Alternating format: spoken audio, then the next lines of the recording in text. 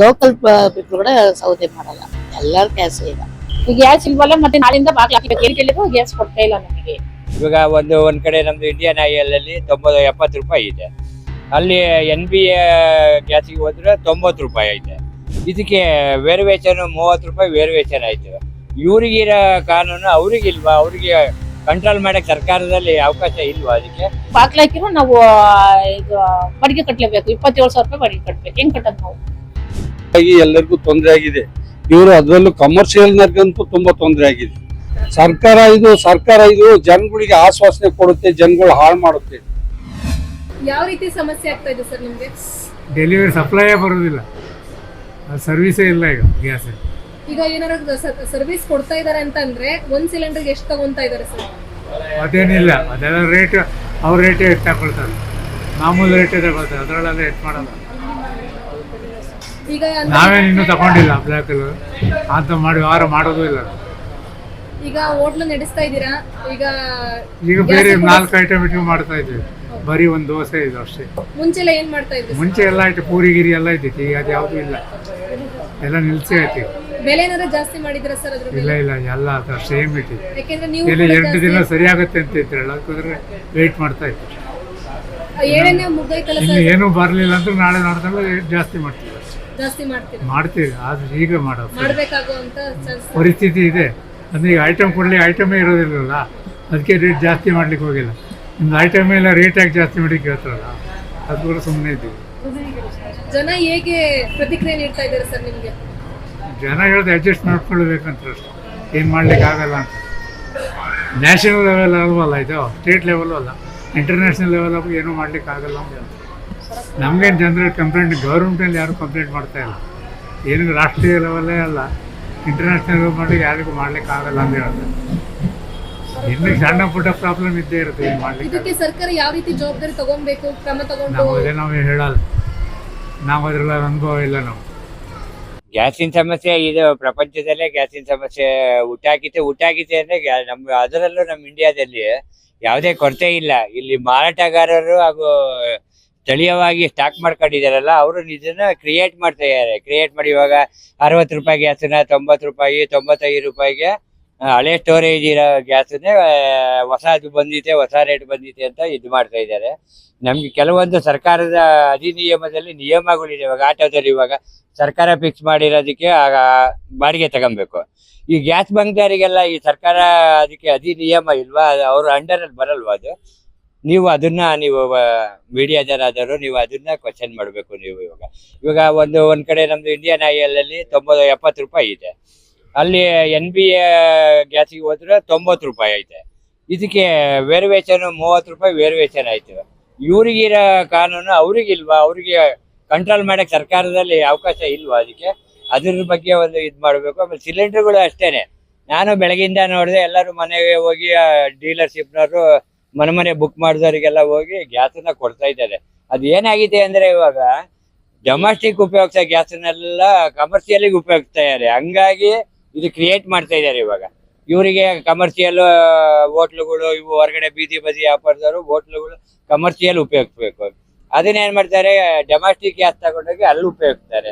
ಇಲ್ಲಿ ಮನೇಲಿ ಯಾರೋ 2 ಜನ ಇವಾಗ ಏರುಪೇರ್ ಆಗತ್ತೆ. ಒಂದ್ ದಿವಸ ಗ್ಯಾಸ್ ಖಾಲಿ ಆಗಿರತ್ತೆ, 2 ದಿವಸ ಗ್ಯಾಸ್ ಸಿಗಲ್ಲ, ಊಟ ಮನೆ ಬೇರೆ ಎಲ್ಲ ಮಾಡ್ತೀವ, ಇಲ್ಲಾಂದ್ರೆ ಹೋಟ್ಲಿಂದ ತಿಂತೀವಿ, ಅದು ಕಾಮನ್ ಆಗಿ ಹೋಗಿದೆ. ಇದನ್ನ ಒಂದ್ ಸ್ವಲ್ಪ ಕಂಟ್ರೋಲ್ ಮಾಡ್ಬೇಕು. ಹೊರಗಡೆ ಕಮರ್ಷಿಯಲ್ ಆಗಿ ಉಪಯೋಗಿಸ್ತಾ ಇರಲ್ಲ ಡೊಮೆಸ್ಟಿಕ್ ಗ್ಯಾಸನ್ನ, ಅದನ್ನ ನಿಲ್ಸೋ ಪ್ರಯತ್ನನ ನೀವು ಮೀಡಿಯಾದವ್ರ ಕಡೆಯಿಂದ ನಿಮ್ಮ ಆಹಾರ ಇಲಾಖೆನೋ ಅದಕ್ಕೆ ಸಂಬಂಧಪಟ್ಟ ಇಲಾಖೆ ಐತಲ್ಲ, ಆ ಇಲಾಖೆಯಿಂದ ನೀವು ಒತ್ತಾಯ ಮಾಡಿ ಅದನ್ನ ಒಂದು ಸ್ವಲ್ಪ ಪ್ರೆಷರ್ ಕಮ್ಮಿ ಆಗತ್ತೆ. ಅದು ಈಗ ಗ್ಯಾಸ್ ಕೂಡ ಎಲ್ಲೂ ಕೂಡ ಸಿಲಿಂಡರ್ ಡಿಸ್ಟ್ರಿಬ್ಯೂಟ್ ಆಗ್ತಾ ಇಲ್ಲ, ಮತ್ತೆ ಅಡಿಗೆ ಮಾಡೋರ್ಗೆಲ್ಲ ತುಂಬಾ ತೊಂದರೆ ಆಗ್ತಾ ಇದೆ ಅಂತ ಕೂಡ ಇರ್ತದೆ ಕಮರ್ಷಿಯಲ್ ಆಗಿ. ಇದ್ರ ಬಗ್ಗೆ ಏನ್ ಅನಿಸ್ತಾ ಇದೆ ಈಗ? ಸಮಸ್ಯೆನೇ ನಮಗೆ, ತೊಂದರೆ ಇಲ್ಲ. ಗ್ಯಾಸ್ ಬಿಟ್ಟು ನಮಗೆ ಇನ್ನೇನಿಲ್ಲ, ಗ್ಯಾಸ್ ಬೇಕೇ ಬೇಕು. ಬೆಲೆ ಏರಿಕೆನೂ ಕೂಡ ಮಾಡ್ತಾ ಇದ್ದಾರೆ ವರ್ಷದಿಂದ ಜಾಸ್ತಿ. ಇದೇ ರೀತಿಯಲ್ಲೂ ಕೂಡ ಈಗ ಗ್ಯಾಸ್ ಸಿಗ್ತಾ ಇಲ್ಲ, ಸಿಲಿಂಡರ್ ಕೂಡ ಡಿಸ್ಟ್ರಿಬ್ಯೂಟ್ ಆಗ್ತಾ ಇಲ್ಲ ಅಂತ ಅಂದ್ಬಿಟ್ಟು ಜನನು ಕೂಡ ಆರೋಪ ಮಾಡ್ತಾ ಇದ್ದಾರೆ. ನಾವು ಕೂಡ ನೋಡ್ತಾ ಇದೀವಿ. ಇದ್ರ ಬಗ್ಗೆ ಮುಂದಿನ ದಿನಗಳಲ್ಲಿ ಯಾವ ರೀತಿ ಸಮಸ್ಯೆ ಆಗುತ್ತೆ ನಿಮ್ಗೆ ಅಂತ? ಸಮಸ್ಯೆನೇ, ಮತ್ತೆ ಅಮೌಂಟ್ ಜಾಸ್ತಿ ಆದ್ರೆ ಎಲ್ಲಿಂದ ಕೊಡೋದು? ಎಲ್ಲ ಕಾಸು ಎಲ್ಲ ರೇಟ್ ಜಾಸ್ತಿ ಆಗುವಾಗ ಎಲ್ಲರೂ ತೊಂದರೆ. ಮಿಡಲ್ ಕ್ಲಾಸ್ ಫ್ಯಾಮಿಲಿಗೆಲ್ಲ ತೊಂದರೆ. ಏನ್ ಮಾಡೋದು? ದೊಡ್ಡವ್ರಿಗೆ ಏನ್ ತೊಂದರೆ ಇಲ್ಲ, ಮಿಡಲ್ ಕ್ಲಾಸ್ಗೆ ತೊಂದರೆ. ಈಗ ಸ್ವೀಟ್ ತಗೋಣ ಅಂತ ಹೋಗಿದ್ವಿ, ಅವ್ರು ಹೇಳ್ತಾರೆ ಗ್ಯಾಸ್ ಇಲ್ಲ, ಅದು ಸ್ವೀಟೇ ಇಲ್ಲ ಅಂತ. ಹಂಗಿಲ್ಲ. ಕೇಕ್ ಬೇಕಾದ್ರೆ ತಗೊಂಡೋಗಿ ಕರೆಂಟ್ಲ ಮಾಡ್ತೀವಿ, ಸ್ವೀಟ್ ಇಲ್ಲ ಅಂತ. ಸರ್ಕಾರಕ್ಕೆ ಅದೇ ನಾವು ಅವ್ರು ಮಾಡಿದ ಮೇಲೆ ನಾವ್ ಏನ್ ಮಾಡಕ್ಕಾಗಲ್ಲ. ಬೇರೆ ಏನಾದ್ರು ಒಂದು ಖರ್ಚು ಕಡಿಮೆ ಮಾಡಿ ಇದೊಂದು ಮಾಡ್ಬೇಕಾಗುತ್ತೆ, ಆ ತರನೇ ಆಗುತ್ತೆ. ಬೇರೆ ಏನ್ ಮಾಡೋದು, ಮಾಡ್ಲೇಬೇಕು, ಬೇಯಿಸ್ಕೊಂಡು ತಿನ್ಲೇಬೇಕು. ಸಿಕ್ಕಿದ್ರೆ ಸಾಕು ಅನ್ಸುತ್ತೆ ಈಗ, ಬೇರೆ ಏನ್ ಮಾಡೋದು. ಈಗ ನೋಡಿ ಸ್ವೀಟ್, ಮಕ್ಳಿಗೆ ಸ್ವೀಟ್ ಬೇಕು, ತಗೊಂಡ್ ಅಂಗಡಿಗೆ ಹೋದ್ರೆ ಸ್ವೀಟೇ ಇಲ್ಲ. ಈಗ ಒಂದ್ ಸಿಲಿಂಡರ್ಗೆ 60-80 ಜಾಸ್ತಿ ಕೊಡ್ಬೇಕಂದ್ರೆ ಒಂದು 80 ರೂಪಾಯಿ. ನಮ್ಮಕ್ಕೆಲ್ಲ ಒಂದ್ ತಿಂಗ್ಳಕ್ಕೆ ಒಂದ್ ಸಿಲಿಂಡರ್ ಬೇಕಾಗುತ್ತೆ.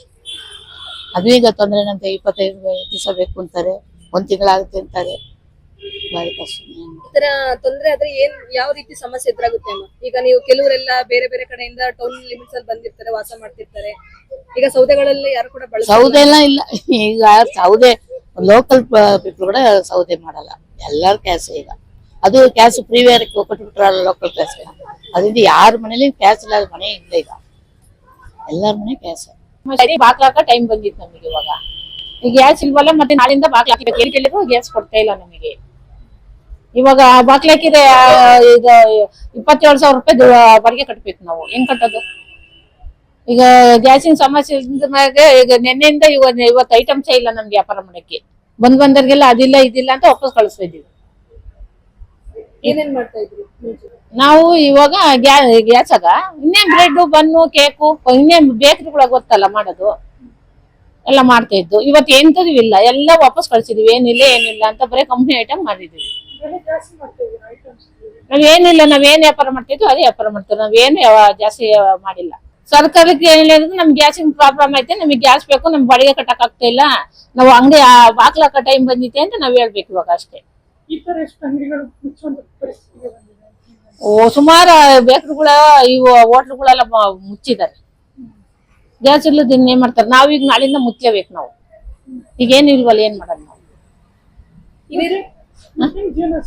ಅದೇ ಜೀವನಕ್ಕೆ ಸಾಕ್ಸೋದು. ಈಗ ಬಾಕ್ಲಾಕಿರೋ ನಾವು ಇದು ಬಾಡಿಗೆ ಕಟ್ಲೇಬೇಕು. 27,000 ರೂಪಾಯಿ ಬಾಡಿಗೆ ಕಟ್ಬೇಕು. ಹೆಂಗ್ ಕಟ್ಟದ್ ನಾವು?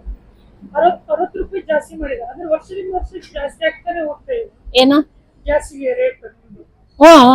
ನಮ್ದು ದೊಡ್ಡದು ಕಮರ್ಷಿಯಲ್ ಸಿಲಿಂಡ್ರು. ಜಾಸ್ತಿ ಆಗ್ತೈತಿ. ಸರ್ಕಾರ ಇರ್ತೀವಿ, ಜನರ ಪರ ಇರ್ತೀವಿ, ಜನರ ಪರ ಇರ್ತೀವಿ. ಏನ್ ಜನರ ಪರ ಇಟ್ಟಿದ್ದಾರೆ, ಏನು ಇಟ್ಟಿಲ್ಲಪ್ಪ. ಅದೇ ನೀನು ಜಾಸ್ತಿ ಮಾಡ್ತಲೇ ಇರ್ತಾವ್ರು, ಕಮ್ಮಿ ಅಂತ ಮಾಡಿಲ್ಲ. ಹೆಂಗ್ ವ್ಯಾಪಾರ ಮಾಡೋದು, ನಾವ್ ಹೆಂಗ್ ಬಾಡಿಗೆ ಕಟ್ಟೋದು, ಹೆಂಗೆ ಇದ್ ಮಾಡೋದು ಹೇಳ್ರಿ. ಎಲ್ಲರಿಗೂ ತೊಂದರೆ ಆಗಿದೆ. ಇವರು ಅದರಲ್ಲೂ ಕಮರ್ಷಿಯಲ್ ನರ್ಗಂತೂ ತುಂಬಾ ತೊಂದರೆ ಆಗಿದೆ.